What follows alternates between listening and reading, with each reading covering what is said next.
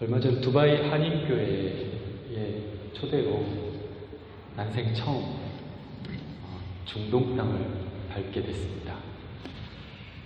생각보다 두바이에 갔더니 다들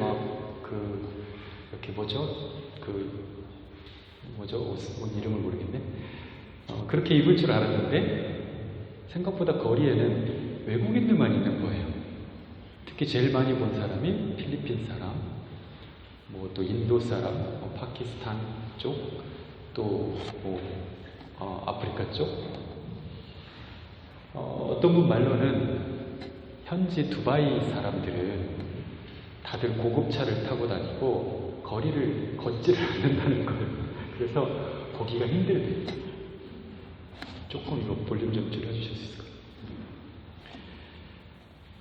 마트 같은 데서도 그런 사람들이 주로 가기 때문에 두바이 전통 의상을 입고 다니는 사람을 흔히 보기가 힘들더라고요. 거기까지 갔는데. 그러나 그 도시의 조금만 바깥으로 나가면 사막이 있습니다. 우리 인생도 너무나 가까이 사막이 있죠. 그것이 아닌 것처럼, 마치 그 사막 땅 위에 도시를 건설한 것처럼, 여기 원래 사막 아니었어. 뭘 이렇게 건물을 지어놨으니까. 근데 우리 인생도 마찬가지로 사막인데 그게 아닌 것처럼 그 위에 길을 내고 그 위에 집을 만들고 식료품정을 만들고 어디서 사람들을 다 불러 모아다가 거리를 다니게 하면서 여기 사막 아니었다고. 그러나 어느 바람 많이 부는 날 거대한 모래 폭풍이 덮치기도 하는데 그 모래 폭풍이 덮쳐서 앞이 보이지 않을 때 내가 사막 한복판에 살고 있구나 하는 것을 깨닫게 합니다. 여러분 지금 혹시 사막을 살고 계십니까? 사막이라는 것은 한번 모래폭풍이 불거나 하룻밤 자고 일어나면요 지형이 바뀐대요. 그러니까 어제 분명히 내가 잘 때 저 앞에 이렇게 언덕이 있었고 모래 언덕이 몇 개가 있었고 우리가 가는 방향이 저 언덕 저쪽이었어 라고 생각하고 잠들었는데 아침에 일어나면 그게 없고 언덕이 이쪽에 만들어져 있고 이걸 지형지물을 보고 갔다가는 낭패를 본다는 거죠. 그리고 안내자가 갑자기 목숨을 잃기도 하고요. 또 가다가 도둑들을 만나서 식량을 뺏기기도 하고. 반대로 산은 늘 그 자리에 있죠. 몇백 년 전에 올랐던 선조들이 올랐던 그 산, 지금도 있어요. 어제 갔던 그 길로 오늘도 내일도 그리고 다른 사람들도 먼저 오른 이가 만들어 놓은 그 이정표를 따라서 가면 쉽게 그 산을 오를 수가 있습니다. 늘 그 자리에 있거든요. 그러나 사막은 그렇지 않습니다. 처음부터 불확실성을 받아들여야 되고 시작부터 어떤 것도 다 변수가 될 수 있다는 것을 이미 인정을 하고 시작하는 거예요. 이게 왜 이런 일이, 왜 나에게만 이런 일이 일어나지? 왜 나만? 이런 질문조차도 사치인 곳이 바로 사막입니다. 그나마 하나님을 향해서 불평하거나 원망할 수 있는 힘이 남아있다는 것이 사치인 거죠. 정말 절박한 상황이 되면 불평과 원망을 넘어서버린 처절한 실존의 고통을 우리가 겪는 그 시간 속에서는 하나님을 믿지 않는 사람들도요, 신이 계시다면 이라고 붙들 수밖에 없는 순간이 있어요.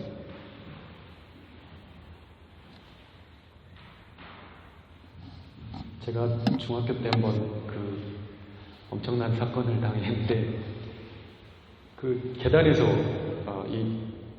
그 계단 꺾이는 곳 있잖아요. 위에서 내려오고 올라가고 이제 돈은 턴하는 그곳에서 한번 깔린 적이 있어요.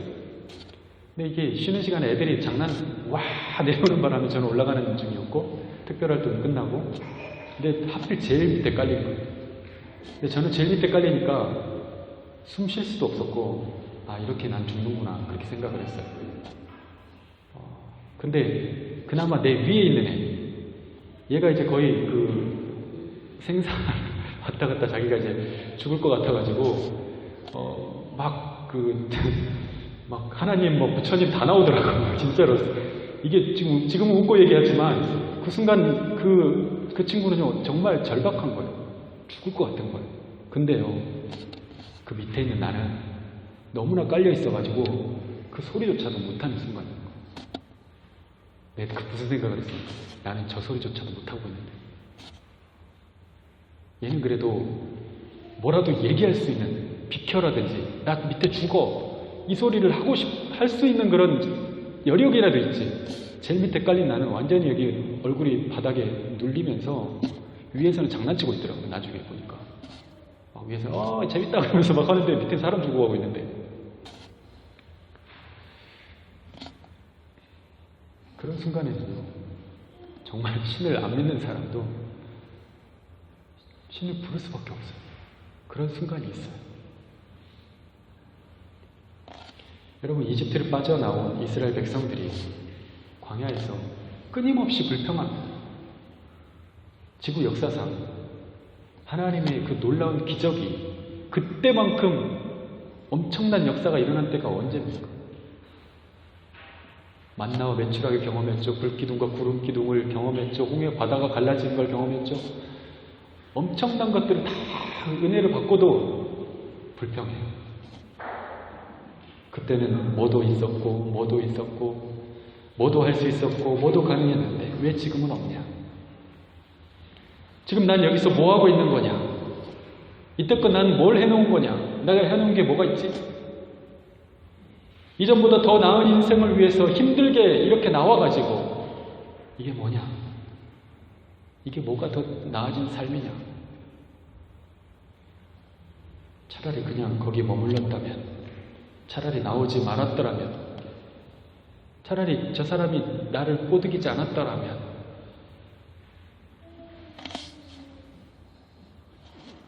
여러분 이곳 독일에 온 것이 후회가 되십니까?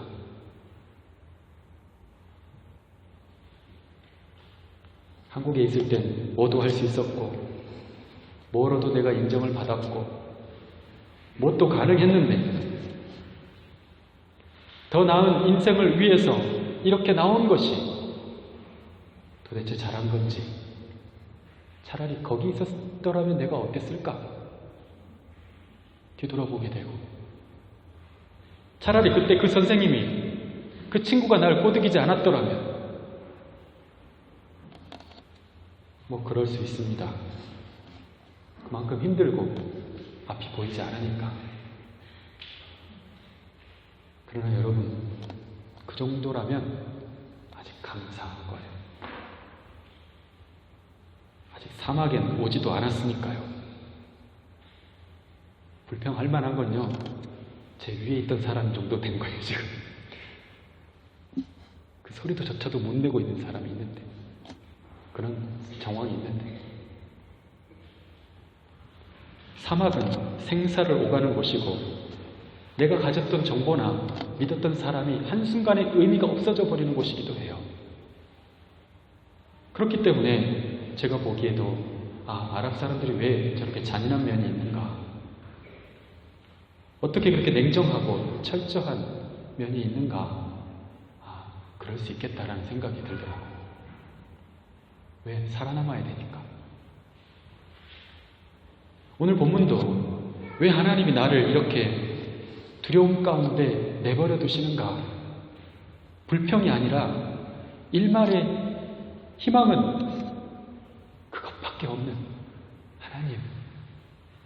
하나님이라고 내뱉을 수 있는 이것 자체가 희망인 거죠. 이것밖에 없는 철저한 사막을 사는 사람을 만납니다.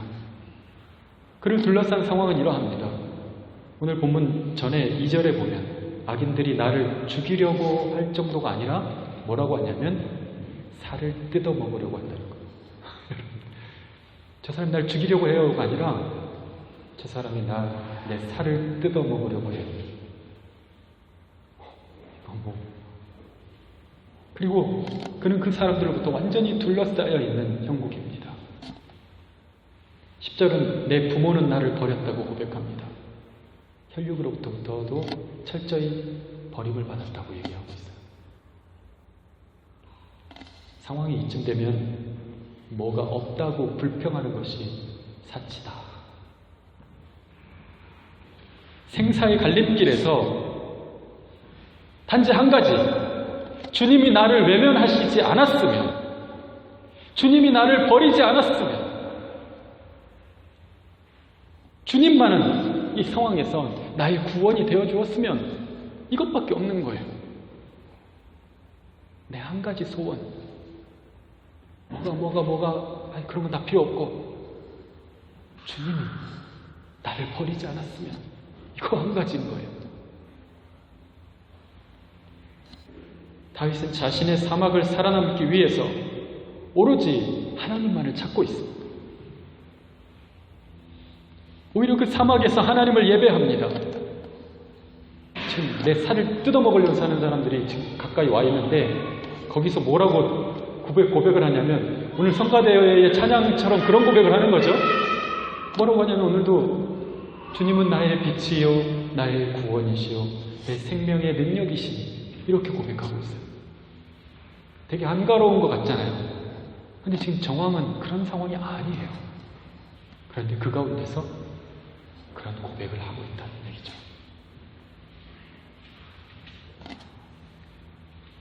여러분, 척박한 곳에는 척박한 곳에 율법이 있어요. 이 유럽에서 살아남는 법이 있고 사막에서 살아남는 법이 있습니다. 모든 것이 예상이 되고 계획이 되는 그런 삶 속에서 살아가는 방법이 있고 그럴 수가 없는 조건에 놓인 삶이 있습니다. 그것이 바로 사막의 삶입니다. 이스라엘 백성들이 편안하게 성소에 나와서 주님을 예배하는 때도 있었지만 당장 이 사막에서 살아남아서 다음 주가 있을지 없을지 모르는 삶을 살 수 있는 거죠. 예전에 그런 분이 있었습니다. 이 독일에서 음대를 졸업한 후에 정말 여기저기 남은 비자가 허락하는 한까지 열심히 시험 보러 다녔어요. 콩쿨도 나가고 또 학교도 직장을 구해야 되기 때문에 이제 여기저기 냈었는데 비자가 한 주 남은 상황까지 아무런 연락이 없는 거예요.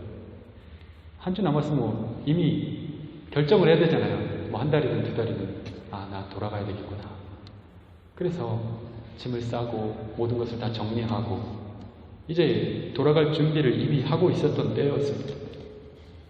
돌아간다고 해도 뭐가 있는 것도 아니었고 끝까지 여기서 남을 생각만 하고 있었기 때문에 돌아갈 수밖에 없는 그런 상황이 있었던 거죠. 그런데 일주일을 남겨놓고 주일 예배를 드리고 난 뒤에 월요일에 편지가 딱 온 거예요. 그런데 그 편지는 그의 한국행 비행기를 취소하고도 남는 기쁜 소식이었어요. 막판 일주일 남겨놓고 다시 비행기 티켓을 취소해도 되는 기쁨이 있었던 거죠.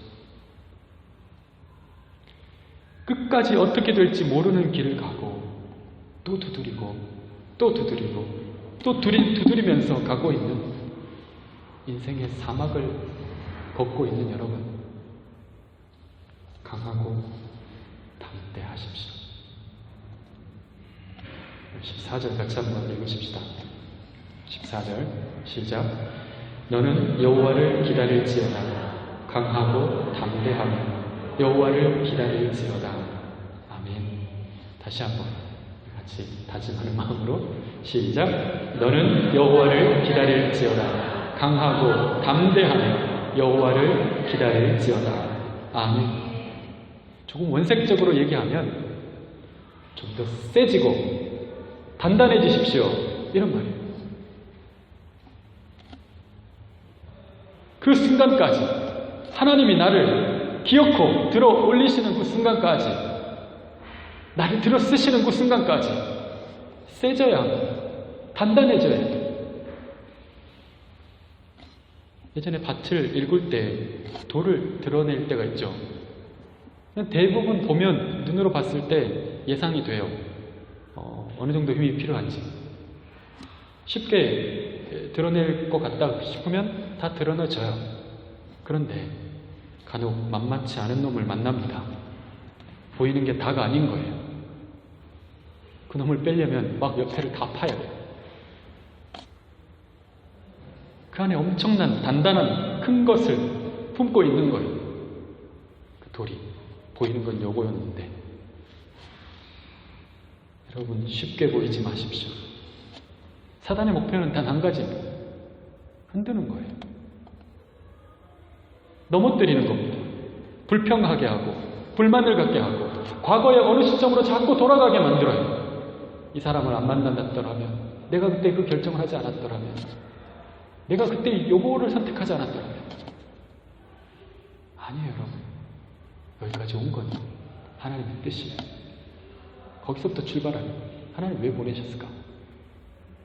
그래야 답이 있는 거죠.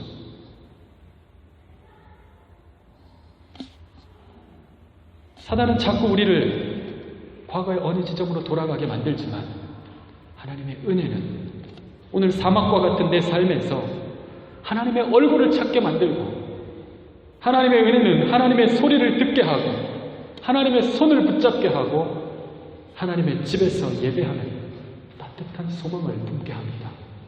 그리고 단호하게 나를 위협하는 것들, 나를 약하게 하는 것들에 대해서 너에게 내가 줄 마음이 없다라고 선포할 수 있는, 그리고 아주 단순하게 주님의 구원과 그분의 능력을 신뢰해버리고 주님께만 하나로 맞춰져 있는 그런 삶을 살게 됩니다. 단호하게, 단순하게, 단일하게, 복잡하지가 않아요. 여기서 살아남는 법, 단호하게, 그리고 단순하게, 그리고 하나님만 바라보는 단일하게.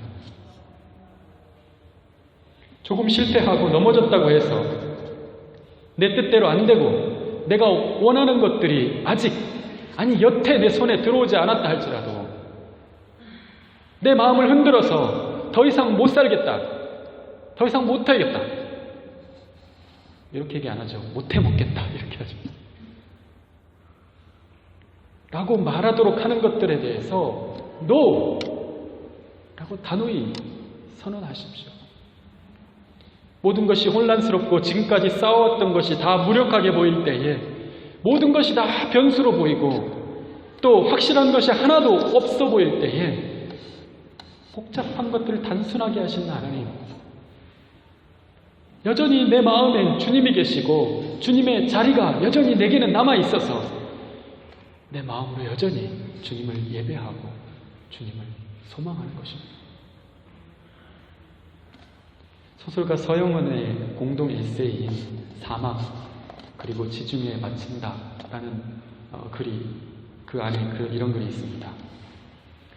사막은 생명이 살아남기에는 너무도 혹독한 여건을 지닌 곳이다. 그런 곳에서 살아남는 방법은 오직 하나, 자기 자신을 이기는 것이다. 그녀는 이 사막에서 자신을 이기는 방법으로 자신의 내부에서 낙타를 일으켜 세운다. 그리고 유목민들이 신의 길을 찾아 사막의 오지를 선택하듯이 자신 역시 안락함을 버리고 고통스러운 삶을 선택한다. 그녀는 나침반 삼아 사막의 유목민들이 신의 길이라 부르는 절대적 경지에 도달하기를 꿈꾸는 것이다. 소설가 이 서영은은 사실은 이분이 누구냐면 여러분이 아는 문효도 쓴 김동리 아시죠? 우리 교과서에 나오는 그분의 셋째 부인이 되는데, 아무튼 이상문학상도 타시고 아주 유명한 소설가입니다. 이 서영은은 특히 사막이라는 환경에 집중하는데 사막이라는 환경을, 이 이미지는 이 서영은에게는 인생의 끝없는 허무와 무의미해 보이는 노력들만 가득한 공간인 거예요. 뭘 해도 무의미하고 그다지 뭐가 보이지 않는, 오늘 뭘 했는데 아무리 모래성을 쌓아봐야 내일 지나면 없어지는 것처럼 보이는, 오늘 한참을 걸어서 왔는데 내가 이만큼 온 건가 간 건가 모르겠는 거. 그래서 어쩌면 탈출구가 안 보이는 무기력의 상태이기도 합니다. 그러나 그 사막에서 낙타의 존재는 사막을 견디는 생명체인데 다른 곳에서 나타나야 할 존재가 아니라 아무도 도와주지 않고 황량한 그 사막에서 그 낙타가 어디서 나타나냐면 바로 내 자신 안에서 나타나는 거예요. 내 자신 안에서 낙타를 키우는 거예요. 끊임없이 내 안에서 일으켜 세워서 그것을 타고 가는 거예요. 사막을. 여러분, 오늘 시편 27편은 다윗이 도망치다가 결국 어느 바위 틈에 있는 그 굴에 들어가서 몸을 피하며 쓴 시이자 기도이자 고백입니다. 그러나 그런 상황에서 왜 나는 이렇게 살아야 할까? 어쩌다 여기까지 밀려오게 된 걸까? 한탄하지 않았습니다. 오히려 그 사막과 같은 상황에서 그 껌껌한 굴 안에 들어가서 자신 안에 있는 낙타를 일으켜 세우기 시작한 거예요. 더 강렬하게 그 낙타 한 마리를 키우는 거죠. 그것은 바로 하나님이 나를 구원하신다 라고 하는 단호하고 단순하고 아주 이전부터 계속 그것만 외쳐왔던 그런 믿음이었습니다. 그래서 그 자신 안에 끊임없이 낙타를 일으키는 고백이 있었습니다. 이리저리 찢기고 사람으로 받은 상처들, 내가 원래 하고 싶은 것들이 있었는데 원치 않게 계속 상황에 이끌려 다녀야 되는 이런 아픔들, 절망들을 어루만지면서 오늘 뭐라고 고백하냐면, 이게 이 다윗이 굴 속에서 사막과 같은 자신의 인생 가운데 낙타를 일으키는 주문과도 같은 말씀인데, 나는 여호와를 기다릴지어다. 강하고 담대하며 여호와를 기다릴지어다. 너는 여호와를 기다릴지어다. 강하고 담대하며 여호와를 기다릴지어다. 끊임없이 자신 안에 있는 낙타를 일으키는 이 사막을 내가 살아가고 있습니다. 어쩌면 소설가 서영은이 말하는 낙타는 이런 것은 아니었을 거예요. 그저 사람들이 말하는 슬로건, 한 가지에 미쳐라, 이기는 습관을 가져라, 긍정의 힘을 가져라 등등 여러 가지 자기 개발서들이 요구하는, 말하는, 스스로 만들어낸 허상이나 아무런 능력이 없는 금송아지였을 거예요. 그러나 오늘 다윗이 가졌던, 다시 다윗의 그 내면에서 일으켜진 낙타는 하나님의 말씀에 근거했고 그분의 살아계심으로 인한 구원의 근거했고, 우리 인생에 정말 살아있는, 우리 인생의 그 사막에 살아있는 낙타고 우리 인생의 사막을 살게 하는 영원한 낙타인 하나님의 말씀을 일으켜 세운 거예요. 여러분, 좀 더 강해지십시오. 주저앉지 말고, 약해지지 말고, 자신을 한탄하지 말고. 왜? 나의 강함은 스스로 내가 강해져야지 하고 있는 어떤 내가 불굴의 의지를 가졌기 때문이 아니라, 난 원래 그러지 않아. 난 유약하고 자주 넘어져. 쉽게 상처받고 쉽게 좌절해. 쉽게 자존심 상하고 쉽게 화내고 쉽게 시기심이 들어. 그런데 그 모든 것을 의연하게 잠재울 수 있는 그런 신앙? 나는 그 정도도 안 돼. 그런 거 나에게 없어. 의연하게 잠재우고 다 넘겨버릴 어떤 불굴의 의연함은 내게 없지만, 강해지라는 것은 내 마음을 강하게 가지라는 것이 아니라 하나님의 말씀을 붙드는 그 마음이 강해질 수는 있잖아요. 내가 강해질 수는 없지만 하나님의 구원을 붙드는 마음은 더 강해지고 더 단순해지고, 그런 일을 만날 때마다, 어려움을 만날 때마다 오히려 더 단순해지는 거죠. 그저 하나님의 빛을 따뜻하게 바라보는 시선만을 갖게 되는 것입니다. 여러분, 담대해지십시오. 세상이 아무리 죽일 듯 덤벼도 나의 생명은 주님께 있다라고 선언하십시오. 죽어도 괜찮아. 내 생명은 주님께 있어. 네가 나를 아무리 위협해도 내 생명은 주님께 있어. 내 인생은 주님의 것이다. 네가 어떻게 하겠느냐. 그리고 하나님을 기다리십시오.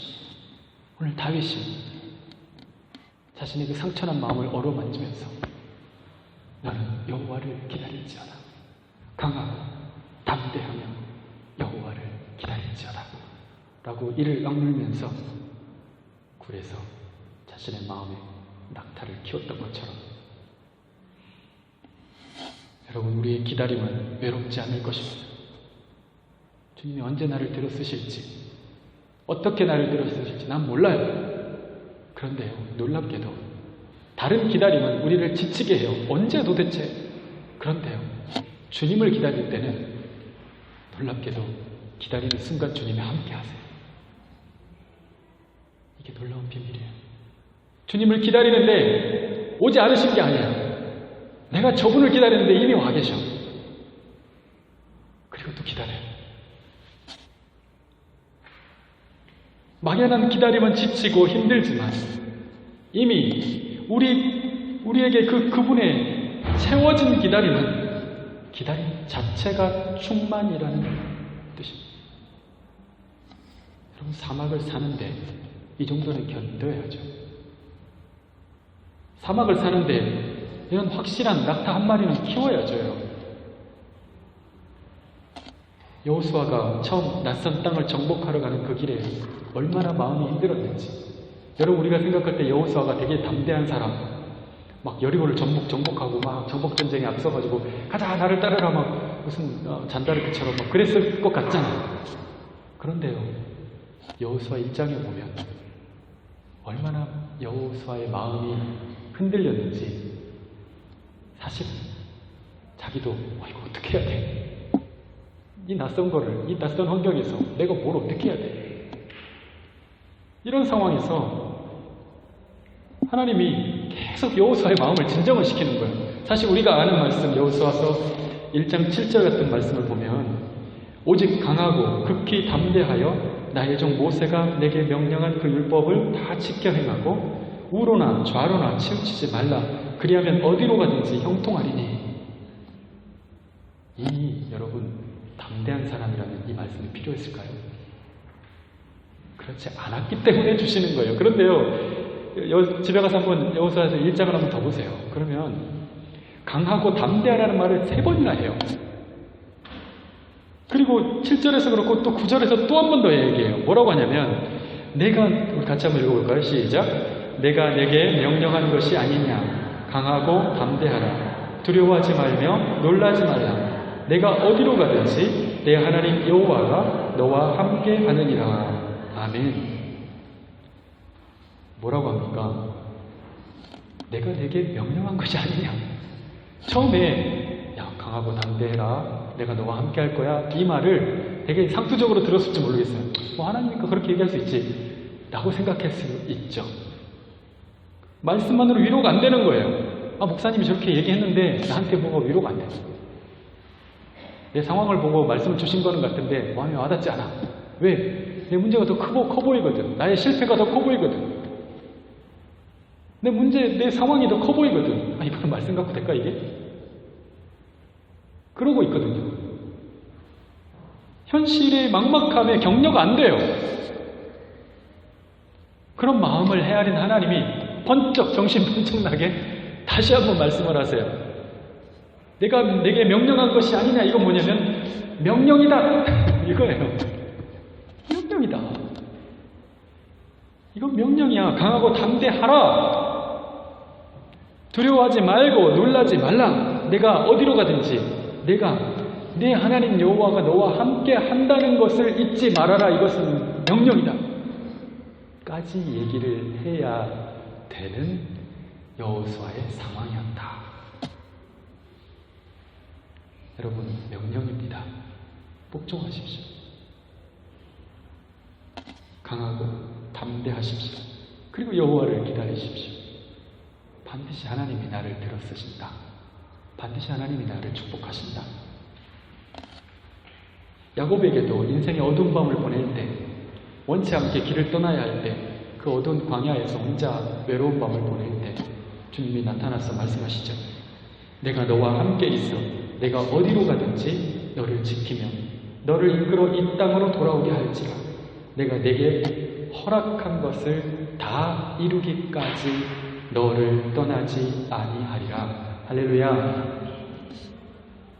내가 허락한 것을 다 이루기까지 너를 떠나지 아니하리라. 여러분, 하나님의 말씀이 내 안에서 낙타가 되게 하십시오. 사막을 유유히 걷는 낙타가 되게 하십시오. 세상의 헛된 말들을 낙타 삼지 말고 주님의 그 살아있는 말씀이 오늘 나를 인도하는 낙타가 되고 내 생명을, 내 운명을 맡겨도 되는 낙타로 삼으시기 바랍니다. 오늘 나의 위기는 내 상황이 사막의 한복판에 던져졌기 때문이 아니고, 또 여전히 오아시스가 없이 이 길을 가야 되기 때문도 아니라, 사실은 이런 상황을 가는데도 불구하고 하나님의 말씀이 없이 가고 있는 거예요. 그것을 붙들지 않고 가는 거예요. 그 말씀의 그 낙타를 타지 않고 가는 거예요. 자기 혼자 걷고 있으니까 얼마나 힘들어요. 내 능력 의지하고 가니까 얼마나 힘들어요.